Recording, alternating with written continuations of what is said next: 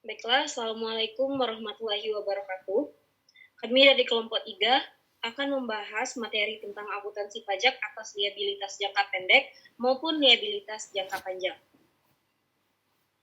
Materi pertama akan disampaikan oleh Saudari Rahma Fadila. Kepada Saudari Rahma Fadila, saya persilahkan. Pengertian dan klasifikasi. PSAK 57 kewajiban adalah kewajiban kini perusahaan yang timbul dari peristiwa masa lalu yang penyelesaiannya diperkirakan mengakibatkan pengeluaran sumber daya perusahaan. Utang perusahaan merupakan kewajiban kepada pihak lain yang timbul dari kegiatan utama perusahaan. Klasifikasi, liabilitas dimaksudkan untuk kepentingan manufaktur. Tingkat likuiditas perusahaan yaitu tingkat kemampuan perusahaan untuk menjalankan aktivitas usaha tanpa kesulitan penandaan.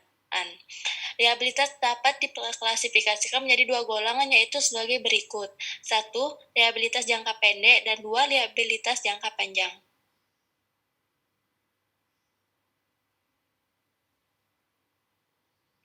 Liabilitas dapat pula ditinjau dari sudut nilai sebagai berikut. 1. Jumlahnya telah pasti atau jumlahnya merupakan taksiran.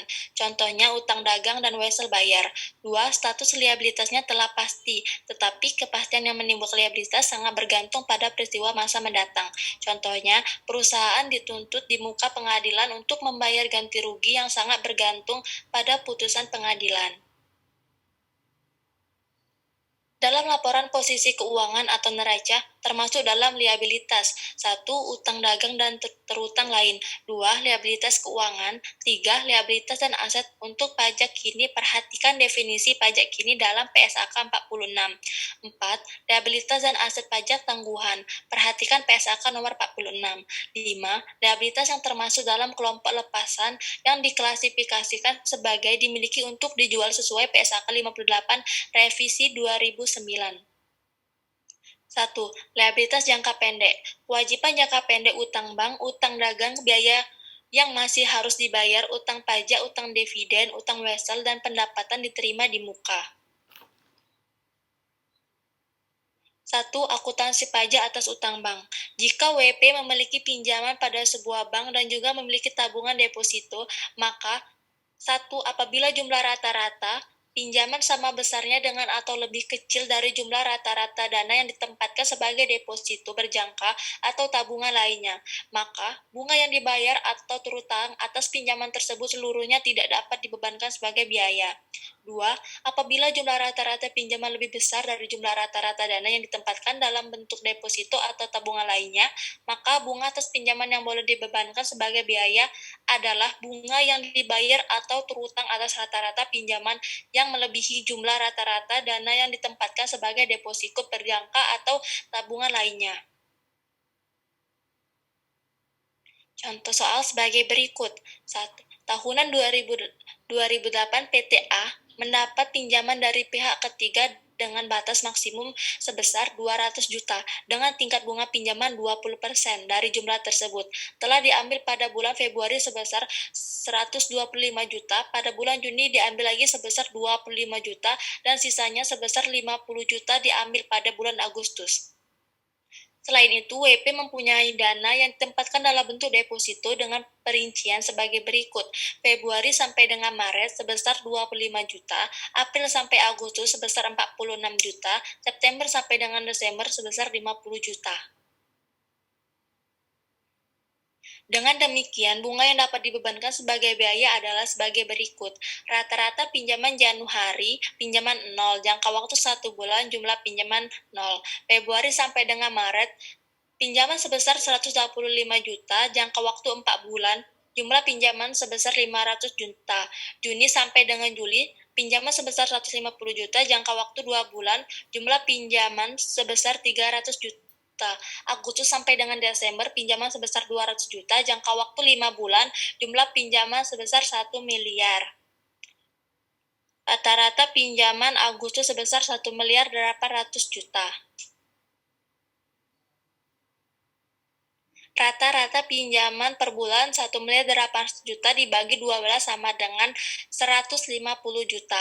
Rata-rata deposito per bulan sama dengan 480 juta dibagi 12 sama dengan 40 juta. Bunga yang dapat dibebankan sebagai biaya sama dengan 20% dikali 150 juta sama dengan dikurang 40 juta sama dengan 22 juta.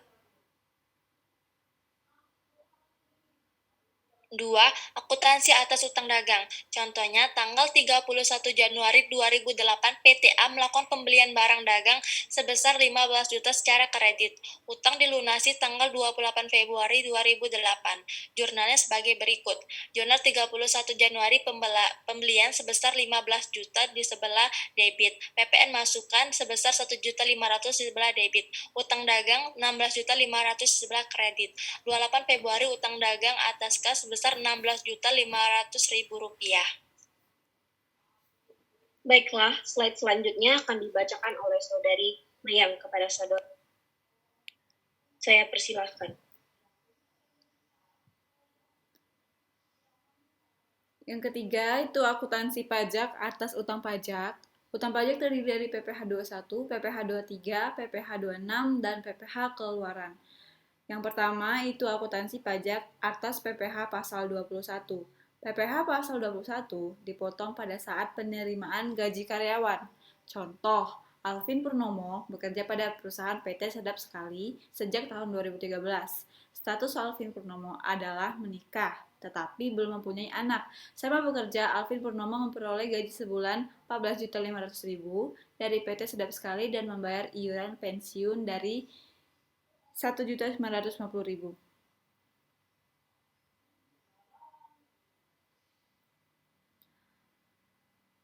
Gaji sebulan itu 14.500.000, pengurangan biaya jabatan 5% dikali 14.500.000 sama dengan 725.000. Maksimum diperkenankan 500.000 dan iuran pensiun 1.950.000.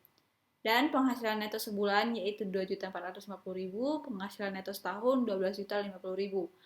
Jadi 12 dikali 12.050.000 sama dengan 144.600.000.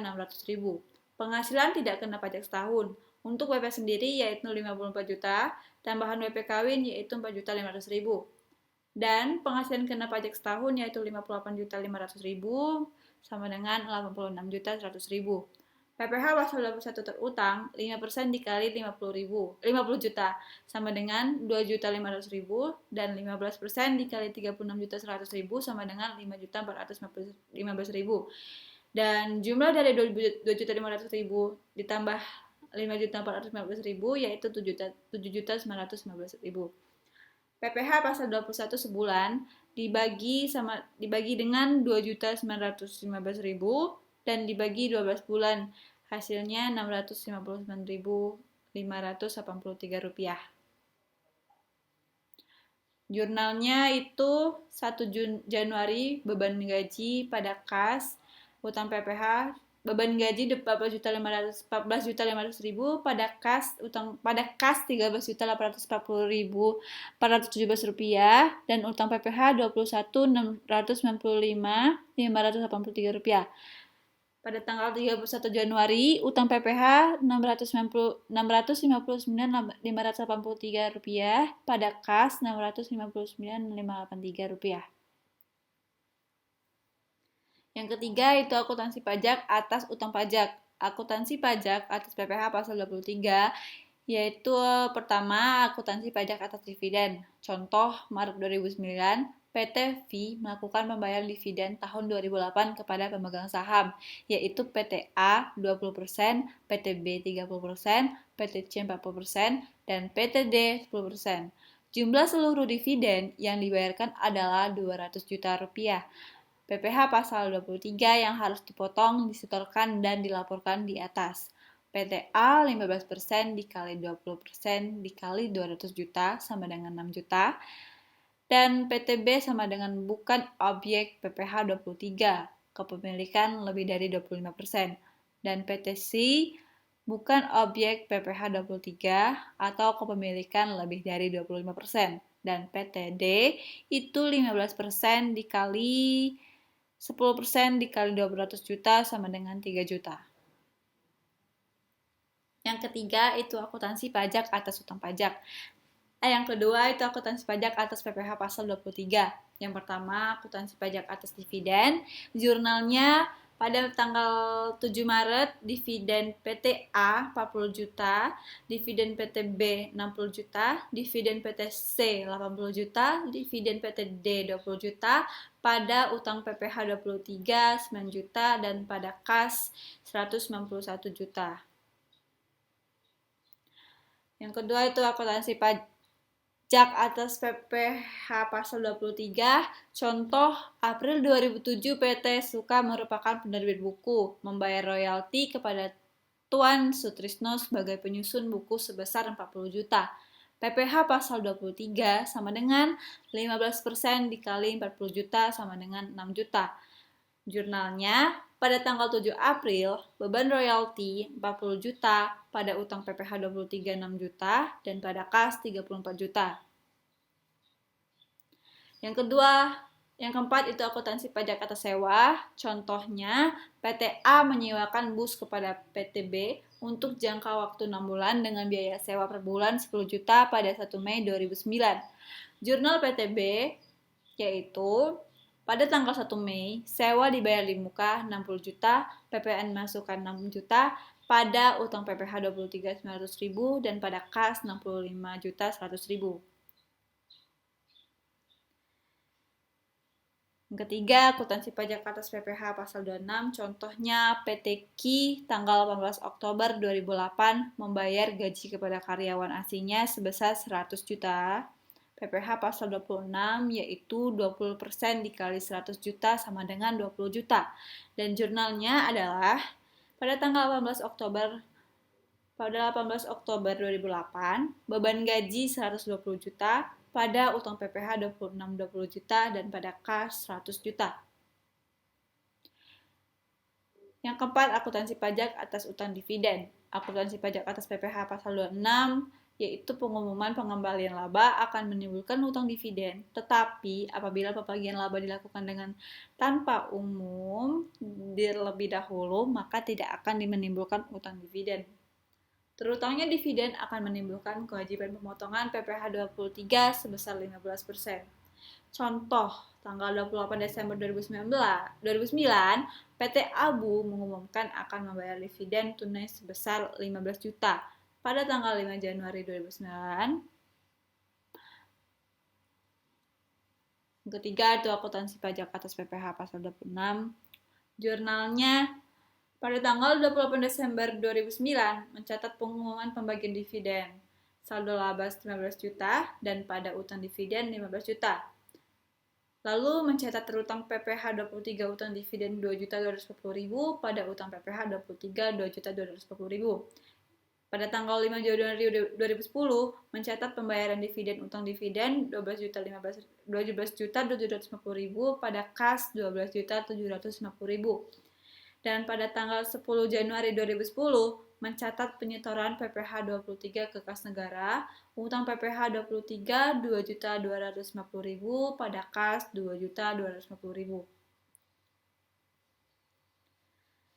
Akuntansi pajak atas PPh pasal 26, apabila PT ADA memiliki kepemilikan atas PT ABU sebesar 10%, maka PT ADA menggunakan cost metode dalam pencatatannya sehingga jurnal yang dibuat yaitu pada tanggal 28 Desember 2009, piutang dividen 1.275.000, PPh 23 bayar di muka 225.000, pada pendapatan dividen 1.500.000. Dan pada tanggal 5 Januari 2010 itu kas sebesar 1.275.000 dan piutang 1.275.000.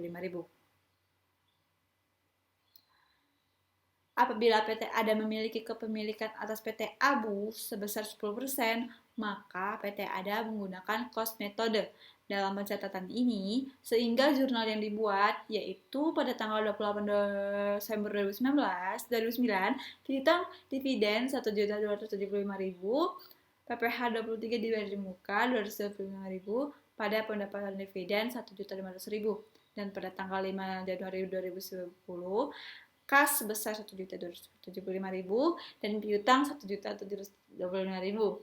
Apabila PT ADA memiliki penyertaan saham lebih besar atau sama dengan 25% dan mempunyai usaha aktif di luar kepemilikan saham dalam PT ABU, maka atas dividen tersebut tidak dikenakan PPh 23. Utang wesel merupakan... Baiklah, materi selanjutnya akan saya sampaikan. 5. Akuntansi pajak atas utang wesel. Utang wesel merupakan suatu surat utang yang disertai dengan dokumen perjanjian.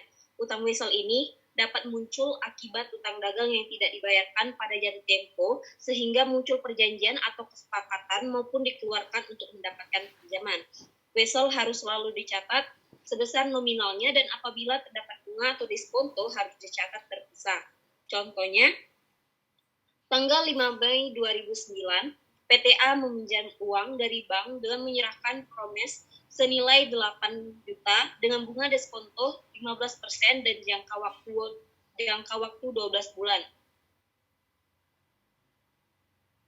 Dengan jurnal, pada 5 Mei 2009, kas sebesar 6.800.000, diskonto wesel bayar 1.200.000, pada wesel bayar 8 juta.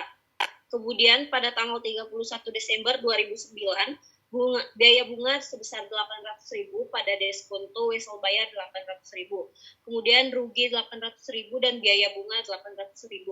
Pada 5 Mei 2010 pada saat pelunasan, wesel bayar sebesar 8 juta pada kas sebesar 8 juta. Transaksi ini merupakan penghasilan bagi bank. Penghasilan ini bukan merupakan objek PPh 23. Yang keenam, akuntansi pajak atas utang wesel. Penghasilan yang diterima dari penjualan barang ataupun penyerahan jasa yang diterima sebelum terjadinya penyerahan barang atau jasa akan dilaporkan dalam kelompok kewajiban. Karena setelah memberi jasa atau penjualan barang tersebut menerima uang, maka akan menimbulkan kewajiban baginya untuk menyerahkan barang maupun jasa di kemudian hari. Kemudian yang kedua, liabilitas jangka panjang. Kewajiban jangka panjang adalah utang yang jatuh temponya lebih dari 1 tahun buku dan sumber pembiayaannya tidak diambil dari aset pancar. Kewajiban jangka panjang mencakup utang obligasi dan utang hipotek. Pembahasan pertama, kewajiban jangka panjang berupa utang obligasi. Obligasi adalah janji tertulis untuk membayar bunga secara periodik dan sejumlah nilai nominal pada tanggal jatuh tempo. Pada obligasi dapat terjadi adanya agio premium dan juga disagio atau discount. Agio ataupun disagio terjadi karena perbedaan suku bunga pasar dengan suku bunga yang terdapat dalam obligasi. Agio dan disagio merupakan penyesuaian terhadap tarif bunga nominal sehingga perlu dilakukan amortisasi tahunan atas jumlah agio atau disagio tersebut. Alternatif amortisasi, metode garis lurus, dan bunga efektif. Kemudian di sini ada keterangan penyebab agio, surat obligasi dijual dengan harga di atas nominal, dan disagio atau diskon, surat obligasi dijual dengan harga di bawah nominal. Agio, bila suku bunga pasar lebih rendah daripada suku bunga dari kontrak obligasi, maka obligasi menjadi menarik dan dijual dengan harga di atas nominal obligasi. Dan disagio, apabila suku bunga pasar lebih tinggi daripada suku bunga dari kontrak obligasi, maka obligasi menjadi tidak menarik dan dijual dengan harga diskon. Agio mengurangi biaya bunga dan disagio menambah biaya bunga. Dan objek PPh 23-nya, agio merupakan penghasilan bagi yang menerbitkan obligasi, pemotongan PPh 23 adalah pembeli obligasi. Kalau disagio merupakan penghasilan bagi yang membeli obligasi dan pemotongan PPh 23-nya adalah penerbit obligasi. Contoh dari akuntansi pajak atas obligasi jangka panjang. PT Arpa menjual obligasi dengan nilai nominal 300 juta dengan bunga 20% per tahun pada PT Raya seharga 320 juta. Obligasi ini tidak diperdagangkan di bursa efek. Jadi, jurnal PT Arpa saat penerbitan, kas sebesar 317 juta, PPh 23 dibayar di muka 3 juta, pada utang obligasi 300 juta, dan premium obligasi 20 juta. Dan pada saat pembayaran bunga, beban obligasi sebesar 60 juta pada kas sebesar 60 juta. Saat pelunasan obligasi, utang obligasi 300 juta pada kas 300 juta. Kemudian, jurnal PT Raya, saat penerbitan, obligasi 300 juta, bunga dibayar di muka 20 juta, pada utang PPh 3 juta dan kas 317 juta.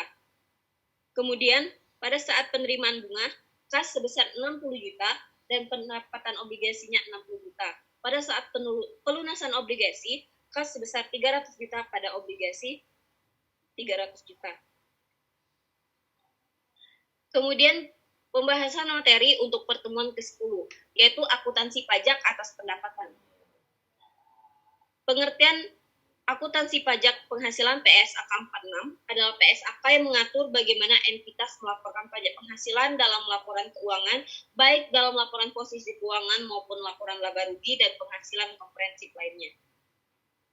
Konsep dasar akuntansi pajak. Akuntansi perpajakan adalah sebuah aktivitas pencatatan keuangan pada sebuah badan usaha atau lembaga untuk mengetahui jumlah pajak yang harus dibayarkan. Dalam dunia perpajakan, akuntansi sebenarnya bukan istilah yang resmi. Istilah yang lebih tepat sebenarnya adalah pembukuan dan pencatatan. Perbedaan pendapatan dan keuntungan. Perbedaan pendapatan dan keuntungan menurut perpajakan sebagai berikut. Pendapatan adalah jumlah total dana yang dihasilkan dari penjualan barang atau jasa yang menjadi kegiatan operasional utama perusahaan.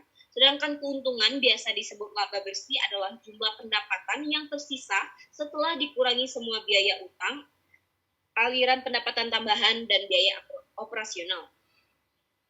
Kemudian tujuan PSAK. Pengaturan tentang PSAK 46 ini sudah resmi diterbitkan oleh Ikatan Akuntansi Indonesia atau yang dikenal sebagai IAI, yang bertujuan untuk mengatur cara perusahaan untuk melaporkan pajak penghasilannya yang kemudian dimasukkan ke dalam laporan keuangan perusahaan tersebut.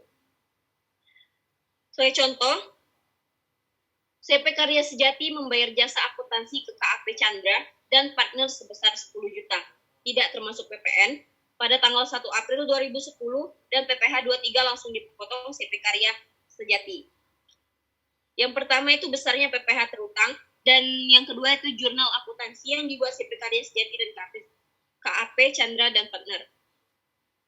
Untuk besarnya PPh 23 untuk besarnya PPh 23 terutang yaitu 2% dikali 30% dikali 10 juta sama dengan 60.000.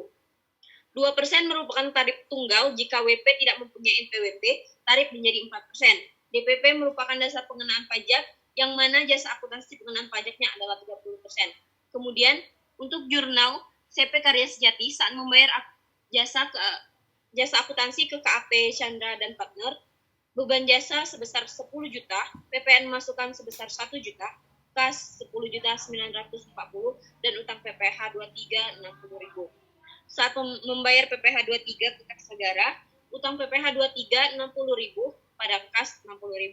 KAP Chandra dan partner saat menerima pembayaran jasa akuntansi di jurnal kas 10 juta 940